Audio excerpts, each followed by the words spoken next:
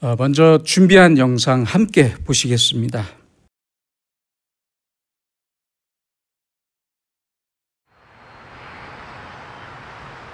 아이들은 자신의 꿈에 대해 어떤 생각을 갖고 있을까요? 한 고등학교를 찾아가 청소년의 꿈을 스케치하다라는 주제로 의식조사 프로그램을 촬영하기로 했습니다. 안녕하세요. 앞으로 살 날이 1년밖에 남지 않았다면 당신의 꿈을 이루는 것과 5억 원이라는 돈을 선택하는 것 중에 어떤 걸 선택할 것 같아요? 꿈이요. 제 이름을 세상에 알리고 죽는 게 의미 있다고 생각합니다. 꿈을 이뤄서 5억보다 더 많은 돈을 벌면 돼요. 1년밖에 안 남았는데 끝까지 해야죠. 롤스로이스 타고 싶어요. 제가 먹고 싶은 치킨 먹고 튀기면서 살 거예요. 꿈은 솔직히 5억보다 더 큰 가치가 있다고 생각이 듭니다. 잠시만요.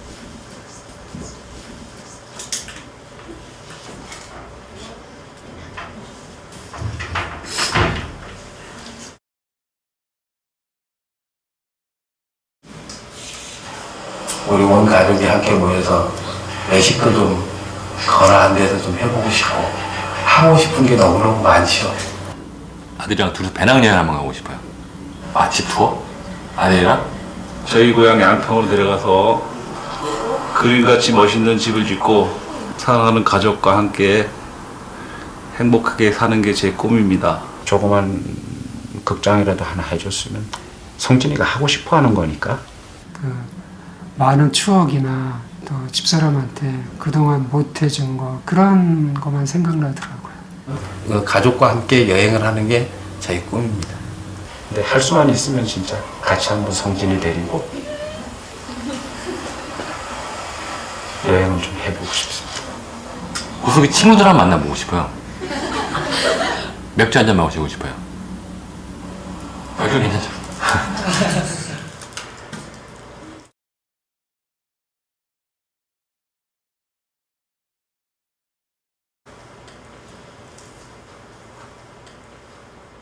그러니까 제가 하고 싶은 걸 포기하고 5억을 선택하느냐? 지금 같으면 5억을 선택하겠습니다. 결론적으로 돈을 선택해서 주는 게 좋겠죠, 뭐나. 그건 당연히 5억은 가족을 위해서 선택하겠죠. 그 아버님이 좀 장병에 돌아가셨거든요. 고통을 좀 많이 금전적인 고통을 많이 받았어요, 식구들이. 제가 한번 아파보니까 주변은 다 피해왔고 가족이 제일 중요하더라고요. 제가 앞으로 한번 일을 더 한다고 해서 현실적으로 5억을 벌어놓고 성진이한테 기여를 하고 간다는 보장이 있겠습니까?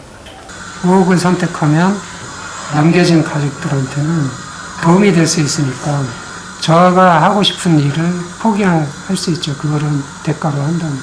구체적인 얘기를 한다면 아들이 이제 뭐 자기가 생활하는데 뭐 사회생활하는데 기초자금이라도 뭐 될 수 있었으면 좋겠고. 저뿐만 아니라 모든 부모들이 똑같은 생각을 갖고 있을 것 같은데요. 그렇죠. 저는 아빠고 가장이니까.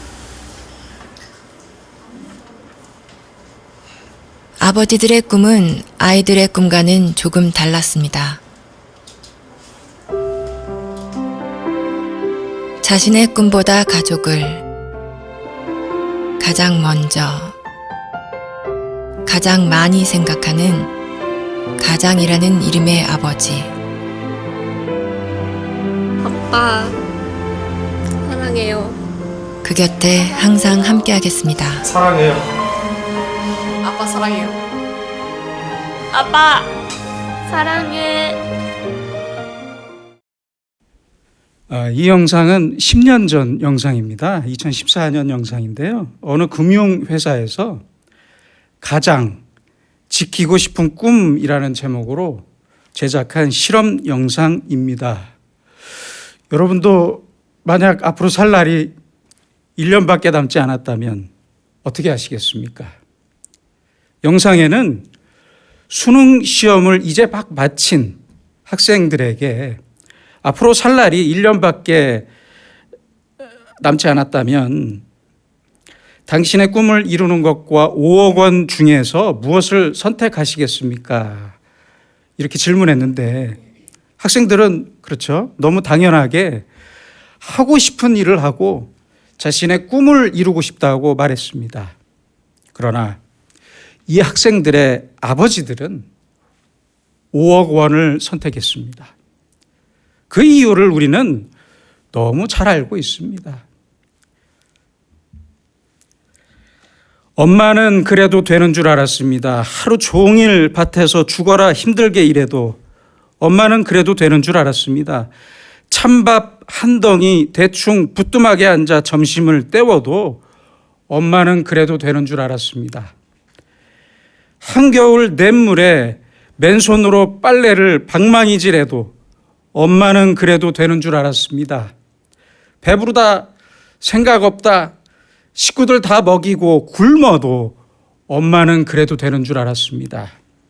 아버지가 화내고 자식들이 속썩여도 끄떡없는 엄마는 그래도 되는 줄 알았습니다. 외할머니 보고 싶다, 외할머니 보고 싶다. 그것이 그냥 넋두리인 줄만 알았는데 한밤중에 자다 깨어 방구석에서 한없이 소리 죽여 울던 엄마를 본 후론 엄마는 그러면 안 되는 것이었습니다. 심순덕 시인의 엄마는 그래도 되는 줄 알았습니다 라는 제목의 시입니다. 이런 아버지와 어머니에게 순종하고 공경하라는 말씀에 더 이상 무슨 이유가 필요합니까? 오늘 말씀인 너희 부모에게 순종하라. 이것이 옳으니라. 내 아버지와 어머니를 공경하라. 이 말씀대로 하지 못할 이유가 대체 어디 있단 말입니까? 그런 이유가 있을 수 있습니까? 그런데 자녀들은 이런저런 말도 안 되는 이유를 들면서 불효하는 자신을 어떻게든 합리화하기에 바쁩니다. 그것은 이 세상 가치관의 변화에만 집중하다가 변하지 않는 것을 놓치고 있기 때문입니다. 그것은 무엇일까요? 먼저는 개인주의입니다. 자기만 생각하는 그 개인주의 때문에 부모의 말을 듣지 않고 부모의 의견도 구하지 않습니다. 둘째는 수평주의입니다. 평등주의를 넘어선 아주 극단적인 수평주의 때문에 윗사람이나 어른들에 대한 존경이 사라져버렸습니다. 셋째는 현실주의입니다. 지금 현실의 상황에만 조급하고 급급하면서 그래서 불안하게 살면서 얼마 남지 않은 부모님의 시간을 무시하고 살아갑니다. 넷째는 실리주의입니다. 자기에게 돌아올 것을 계산할 때는 빛보다 빨라요. 그러나 이러한 생각과 가치관 때문에 자기의 실리를 따지는 동안 도무지 부모님께 대한 깊은 생각이 서 있을 자리가 없습니다. 그러나 변하지 않는 진리, 변하지 않는 윤리, 당연히 행해야 할 법이 바로 우리에게는 분명히 남겨져 있습니다. 사도 바울은 오늘의 말씀을 통해 우리에게 효를 가르쳐주고 있습니다. 너희 부모에게 순종하라. 이것이 옳으니라. 아주 강하게 말씀하고 있습니다. 내 부모에게 순종해라. 그것이 옳은 일이다.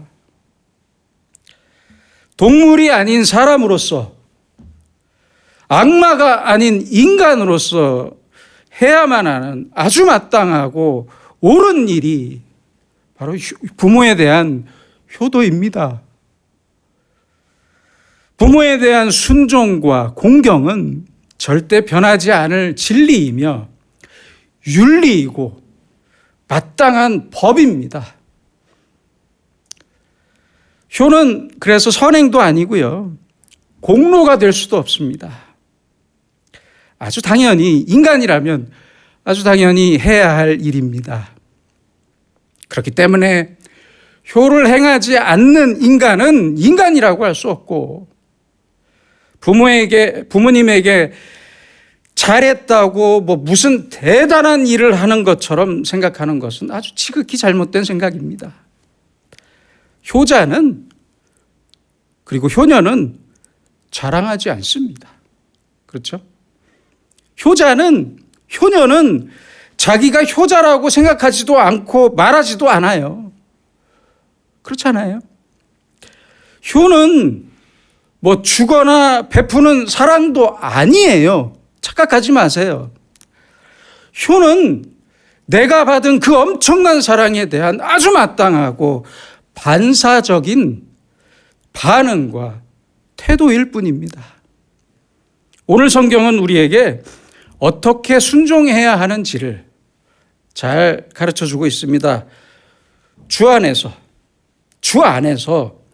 너희 부모에게 순종하라. 아주 대단히 중요한 말씀을 하고 있습니다. 주 안에서, 이것은 어떤 말씀이냐면 신앙적인 차원 안에서 순종하라는 말씀입니다. 부모에게 순종하는 것을 하나님의 명령으로 알고 하나님께 순종하듯 순종하라는 말씀입니다. 그러므로 부모님께 효도하는 것은 하나님의 계명입니다.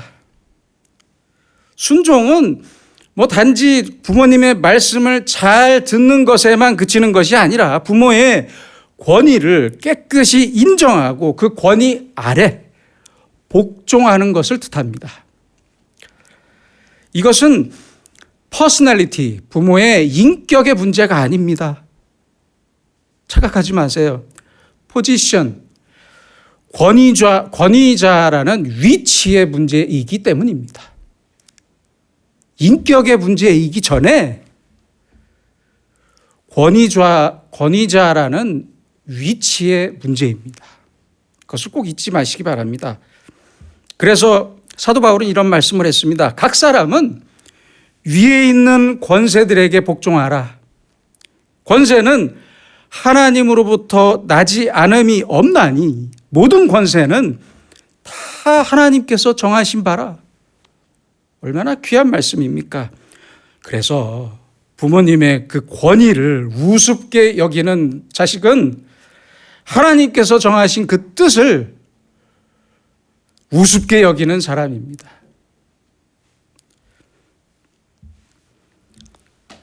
(1888년) 서울올림픽이 있었던 해네요. 1988년 죄송합니다. 1988년 12월 7일 옛 소련에 속했던 아르메니아에서 진도 7의 아주 큰 강진이 발생했고요. 무려 놀라지 마세요. 2만여 명이 사망했답니다. 그때 9층짜리 아파트가 무너졌는데 그 콘크리트 잔해 속에 스잔나와 그녀의 4살 된 딸 가야니가 갇혔습니다. 갈증과 굶주림으로 울부짖는 그 딸을 위해 스잔나는 유리 조각으로 자신의 손을 찔러서 그 피를 딸에게 먹였습니다.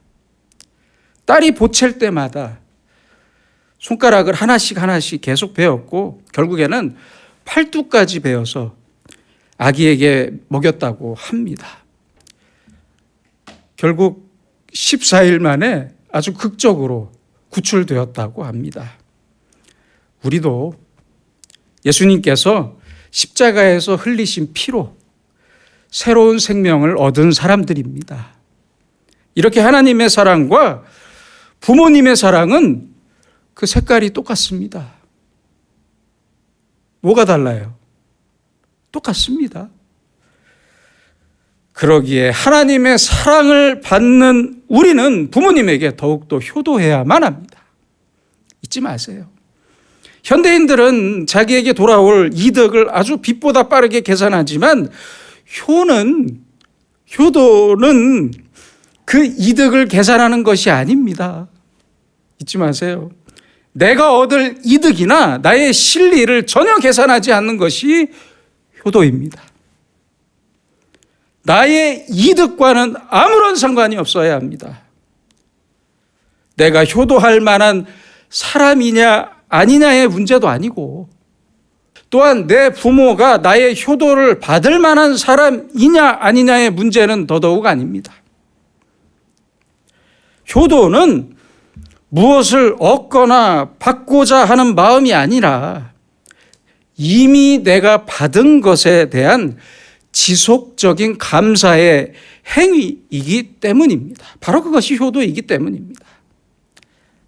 오늘 성경에서는 특별히 내 아버지와 어머니를 공경하라 이렇게 말씀하고 있습니다. 여러분, 인간 관계 안에서의 사랑은 크게 세 가지의 사랑으로 나누어 볼 수 있습니다. 먼저는 나보다 못한 사람을 불쌍히 여기는 마음입니다. 영어로는 mercy이고요. 긍휼히 여기는 사랑입니다. 긍휼입니다. 둘째는 친구와 같이, 나의 친한 친구와 같이 나와 동등한 위치에 있는 사람에 대한 수평적인 사랑, 즉 friendship, 우정입니다. 마지막은 나보다 높은 위치에 있는 사람에 대한 존경, honor입니다. 바로 이 존경이 공경하는 마음입니다. 여러분, 부모님은요, 단순히 내가 긍휼히 여긴다거나 내가 그분과 우정을 쌓는 분들이 아니라 반드시 존경해야 하는 분들입니다. 존경이 빠지면 안 됩니다. 먼저 순종하면서 부모님을 존경하고 부모님을 높이는 사랑, 존경으로서 높이는 사랑, 바로 이것이 오늘 사도 바울이 말씀하는 공경입니다. 그 뜻입니다. 그래서 우리는 부모님의 지혜를 높일 줄 알아야 합니다. 부모님이나 어르신들에게는 우리가 모르는 깊은 지혜가 있습니다. 왜 없습니까? 있어요. 젊은 자녀들에게는 꿈과 미래와 능력이 있겠지만 과거에 대한 눈물이 없습니다. 그렇잖아요. 그 눈물의 깊이가 아직 얕아요. 화려한 꽃은 있지만 깊은 뿌리가 없다는 말씀입니다. 지식은 많지만 지혜가 많지 않습니다. 그래서 우리는 부모님의 그 과거와 부모님의 뿌리와 부모님의 지혜를 들어야 하고 그 지혜를 인정하면서 높이 평가할 줄 알아야 합니다. 그것이 효도입니다. 부모님의 말씀과 행동, 그 부모님의 방법이 내 마음에 들지 않다고 해서 부모님을 무시하거나 업신여기지 말아야 합니다. 자식을 향한 그 마음만은 언제나 선합니다. 그 선한 마음을 우리는 높이 존경하며 살아야 합니다.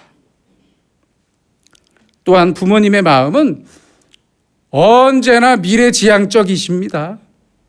자녀의 미래를, 자신의 미래가 아닌 자녀의 미래를 먼저 생각하기 때문입니다.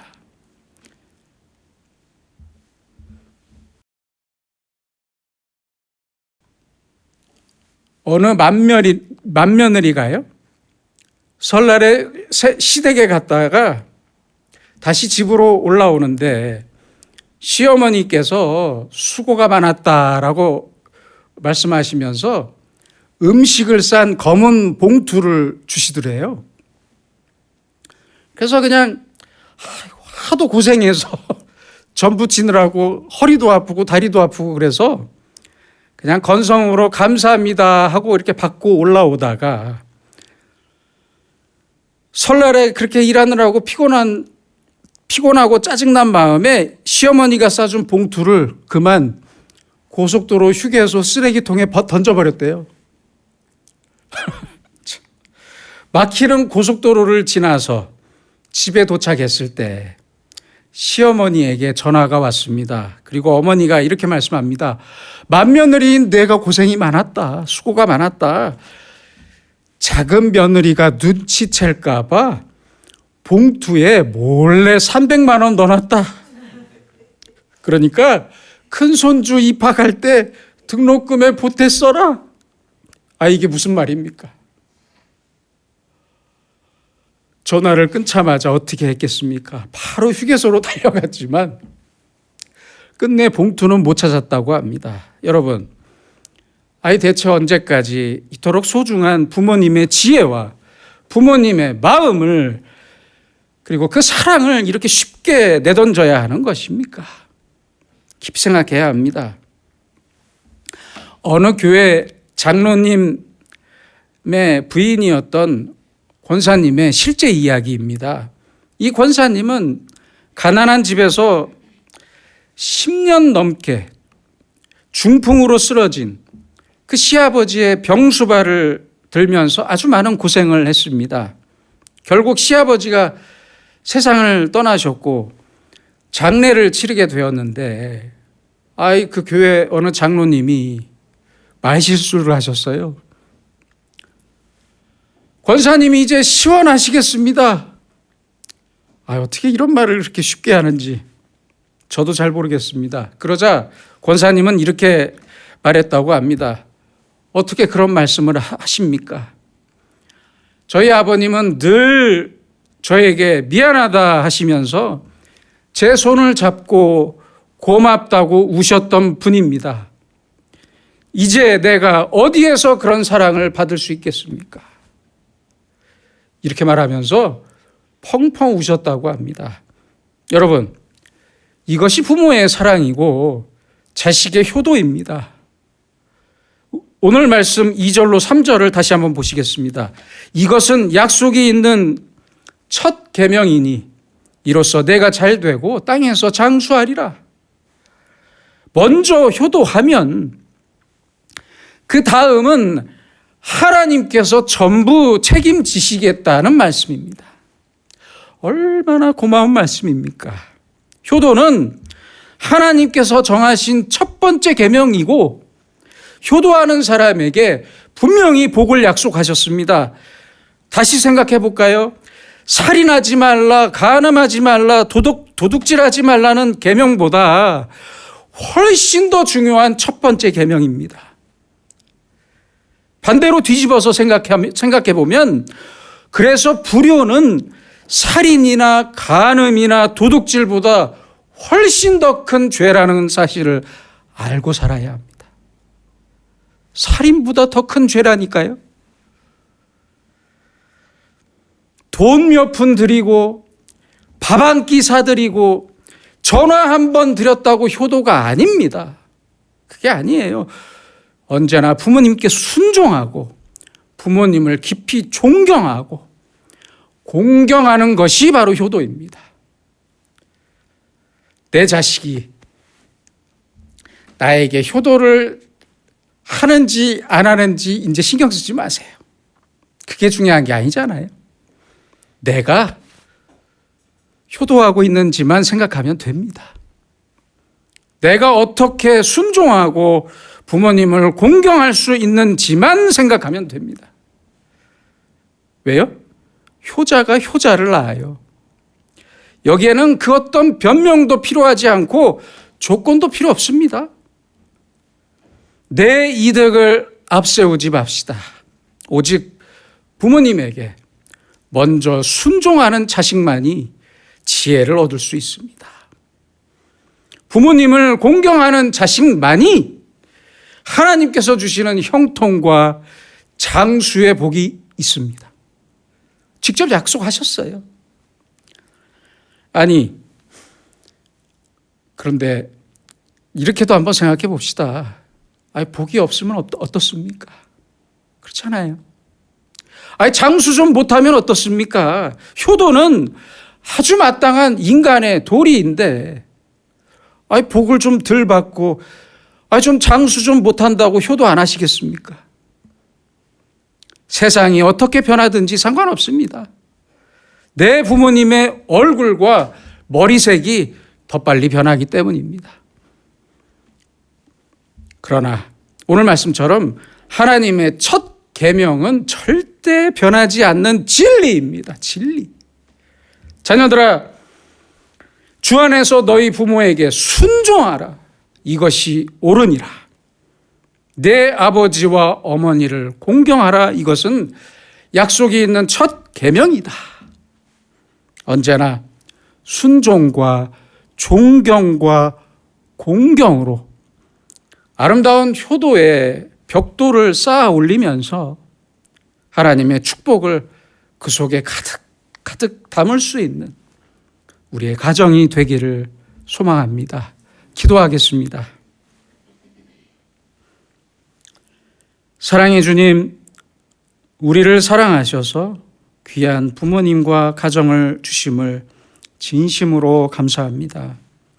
그러나 우리는 부모님의 말씀을 겸손히 듣지 못했고 깊이 존경하지도 못했습니다. 우리의 이 어리석음을 용서해 주시옵소서. 이제 다시 효도에 대한 새로운 결단으로 주님 안에서 부모님께 순종하고 부모님을 깊이 존경하고 공경하는 마땅하고 당연한 효를 이어나가면서 하나님의 크신 지혜와 축복을 이어가는 우리의 가정이 되게 하여 주시옵소서.